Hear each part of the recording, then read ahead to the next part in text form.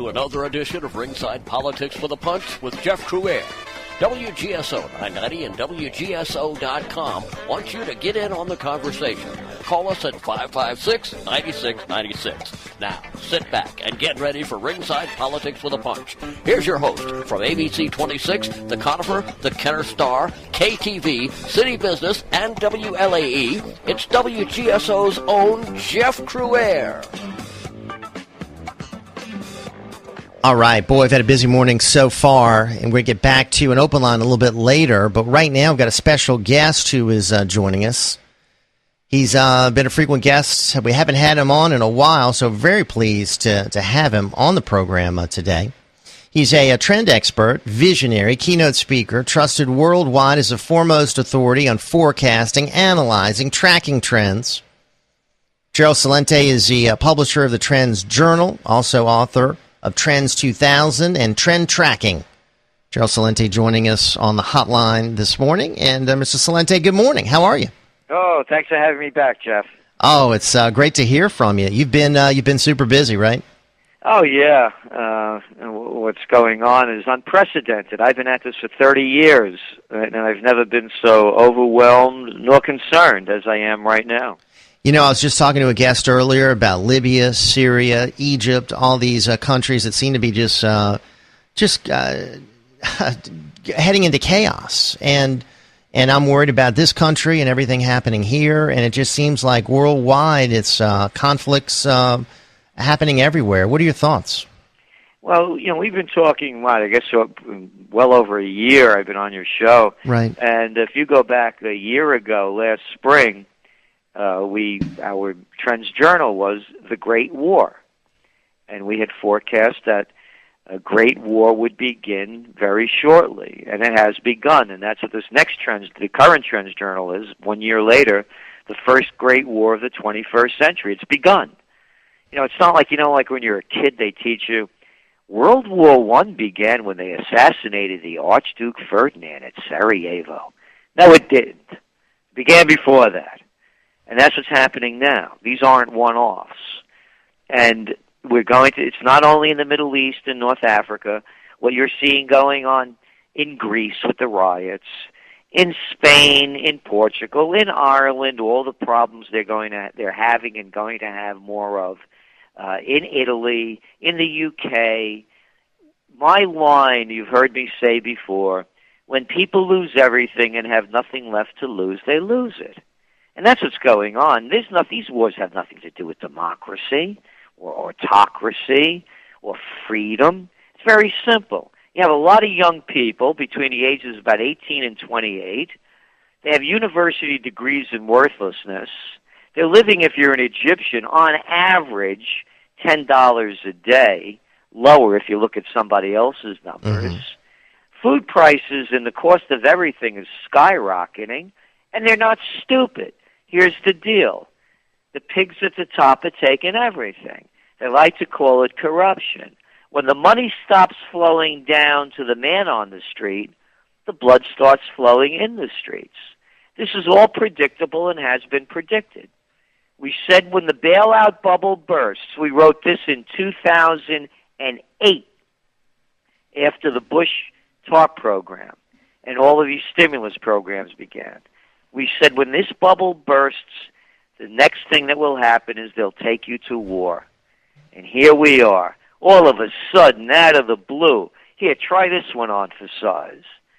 I've decided unilaterally that the core interests of the United States and those of our allies are at stake. So we're going to send humanitarian bombs over Libya. And not a peep out of the public. Another war, another day. It was lost in the fog of other issues. And you're right. We're there. I think I read that we were going to be there, quote, days. Now it's been it's been months. Yeah, and here's the other part of the tragedy. All of this flooding going on. Yeah. Tornadoes ripping through. Mm-hmm. And these people get out there and say how much the government is helping them. We spent over $1 billion in Libya. They're throwing chump change to the American people, treating them like beggars on the streets as they lose everything. They don't care about this country. And I have to tell you this, Jeff. Anybody calls up after I get off the line, if they have a problem with me, I want to make it really clear. Here's the deal. You want to go to war in Afghanistan, Iraq, Pakistan, Libya, Iran, anywhere, take yourself, take your kids, take your wife, send your money and go lead the charge. I've heard enough of this, what we have to do. You go. Get out of the White House onto the White Horse. All you big-mouth politicians over there in Louisiana, your senators and congressmen that say what we have to do, go. You need somebody to do the laundry over there, clean the floors. We're sending military contractors now. You have people doing deals. Go fight on the front lines. Go treat the wounded. And send your money. I don't want to spend another dime. You know, you make a great point. How much money is all this costing? And then there's a debate about, well, we got to keep funding Pakistan, got to keep spending billions in foreign aid there. I don't want my money going anywhere. And I'm tired of these people telling me what I have to do and what I have to believe. They're losers. They're losing in Afghanistan. They're losing in Iraq. Oh, isn't it wonderful, 90 people got blown up today in Pakistan? Right. They're losers. We're listening to losers. The same jerks that we hated in high school and college that wanted to be class president and head of the student council are now telling us what's good for us. I just had a caller tell me that Barack Obama's approval rating is now soaring because of the Osama bin Laden killing, and saying that my comments that the poll was not accurate were off target, and I was just complaining because I don't like Obama. But your thoughts on the whole Osama bin Laden story, and of course what today is the first and what they promise to be a series of retaliations? Again, I don't tell people what to believe. Our motto at the Trends Journal is think for yourself. All right, here's the story. Yeah, we got him, and now we fit him with these cement shoes, and now he's sleeping with the fishes. And it was really a wicked firefight that went on for 40 minutes. And he used his wife as a human shield. And the story keeps changing. Here's the real story. Go back 4 days before this thing. And Osama bin Laden has been dead, metaphorically or for real. He didn't count for anything. Who was talking about Osama bin Laden before this? Nobody. No one. Yeah. Even George Bush put him away. He wasn't even dealing with it. So here's what's going on, Jeff. A couple of days before, 4 days, April 27th, Ben Bernanke, the real public enemy number one of this country, Osama bin Bernanke, he gets out there and says, listen, folks, I'm going to keep funneling cheap money into the system. We call it low interest rates. I'm going to keep printing digital dollars not worth the money they're not printed on. By the time he got off the stage, gold prices shot up $20 an ounce. Silver went up $2 an ounce. The dollar hit a 3-year low against the trade weight basket of currencies. 2 days after that, the tide starts turning against Obama again. They bomb Gaddafi's son's house and kill his 3 kids. Donald Trump is down his throat, making a mockery of Obama. The next day, by Monday morning, everything turned around. Right. Everything. Commodity prices crashed. Trump is out of the news. Obama's a hero. And by the way, who made up this thing that, this is justice? It's an assassination. Call it what it is. And these aren't warriors. They're a hit squad. These guys had enough body armor on them to go through the Battle of the Bulge unscathed. And I'm sick and tired of hearing this word, compound. Did you see this place? No, it's like a glorified shack. Yeah, glorified shack. And you see his command and control center. It looks like a guy that's a homeless guy in a single-room occupancy hotel with a TV picked up out of a dumpster. Yeah, it looked like a 73 Magnavox, it looked like. So the whole thing, Here, and why would anybody believe the government? Read my lips, no new taxes. I'm no crook. I didn't have sex with that woman, Monica Lewinsky. I smoked, but I didn't inhale. Saddam Hussein has weapons of mass destruction. Hey, remember those Vietnamese that never attacked us at the Gulf of Tonkin? Why would any thinking adult believe one word that they tell them? Do you have time for a call or two? I have time for one All call. right, let's squeeze in one. It's Gerald Celente with us, trendsjournal.com, and James is with us. Hey, James, good morning, sir. How are you? Good morning, Jeff, and hello to your guests. I'll try to make this quick. Mr. Celente, something that I don't understand is this Chicago Mercantile Exchange being able to raise these margin requirements. I think for silver, it was something like 5, I think, within a 10-day period. I could be a little off there, and then they raised the requirement, the margin requirement on oil. What is going on? Who gives these guys the power to do this? How do they do it? And your overall impression of what went on over the past 2 weeks with these commodities and these increased margin requirements, which I think had a direct impact on the, let's say, precious metals markets and the oil market. Good question, James. Did. They raised them 84% in 2 weeks. 84%. This is what everybody should understand. Bernie Madoff did an interview for New York Magazine on February 27th. He did it over the telephone. It's a dumb interview. You could get it online. He said, I'm sorry about what I did. I feel bad. But he said two things in this that everybody should pay attention to.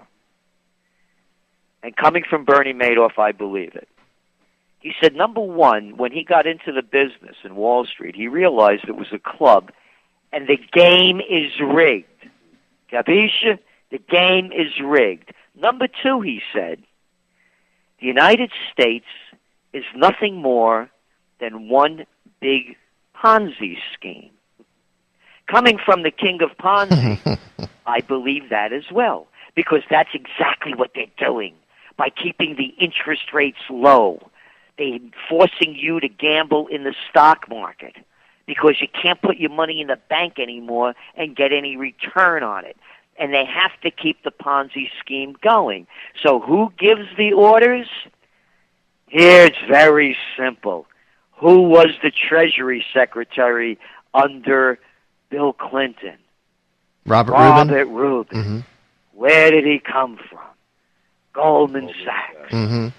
Who was the Treasury Secretary under George W. Bush? Paulson? Where was he from? Goldman Sachs. CEO,